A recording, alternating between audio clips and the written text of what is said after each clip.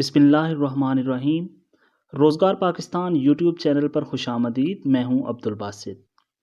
بہت سے لوگ چھوٹے سرمایہ والے بزنس کو کمتر اور حقیر سمجھ کر اس لیے نہیں کرتے کہ لوگ کیا کہیں گے۔ بہت سے پڑھے لکھے نوجوان چھوٹی انویسٹمنٹ والے بزنس میں اس لیے دلچسپی نہیں لیتے کہ ان کی ڈگری اور تعلیم سے بہت نیچے لیول کا کام ہے۔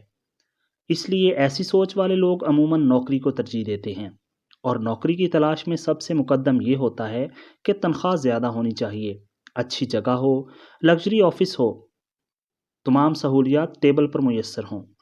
لیکن اپنی تجارت میں اگر ان کو مشورہ دیں کہ جتنا سرمایہ موجود ہے اسی سے شروع کریں تو 100 قسم کی تعویلات اور بہانے ہوں گے۔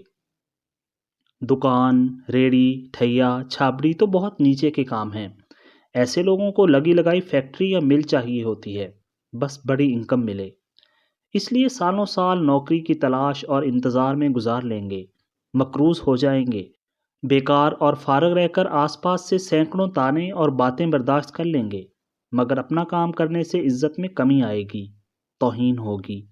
گھر میں فاقے ہوں، بچوں کو ڈھنگ کی تعلیم اور سہولیات میسر نہ ہوں، محلے والوں اور جاننے والوں کے قرضوں کا بوجھ اٹھا لیں گے، قرض خواہوں کی باتیں، گالیاں اور طعنے سن لیں گے، سب حالات برداشت کر لیں گے، لیکن اپنا کام کرنے میں شرم محسوس ہوگی۔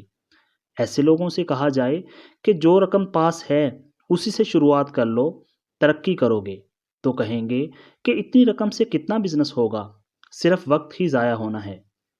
ریڑھی لگا لو تو جواب آئے گا کہ میری شان اور میری حیثیت کے مطابق نہیں۔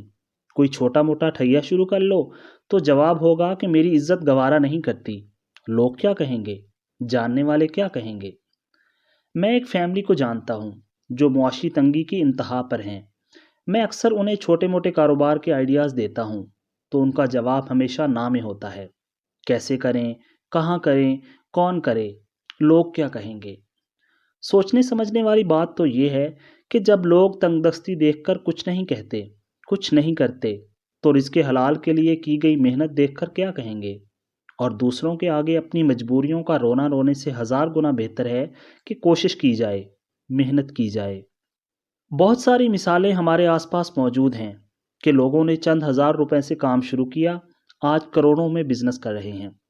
چند ہزار روپے سے پرچون کی دکان ڈالی، آج سپر سٹور ہے۔ چند ہزار میں سبزی فروٹ کا کام شروع کیا، آج بڑے بیوپاری ہیں۔ تھوڑی سی انویسٹمنٹ سے سموسوں، پکوڑوں، دہی بڑے، فروٹ چاٹ کی ریڑھی بنائی، آج بڑی بیکریاں اور ہوٹل کے مالک ہیں۔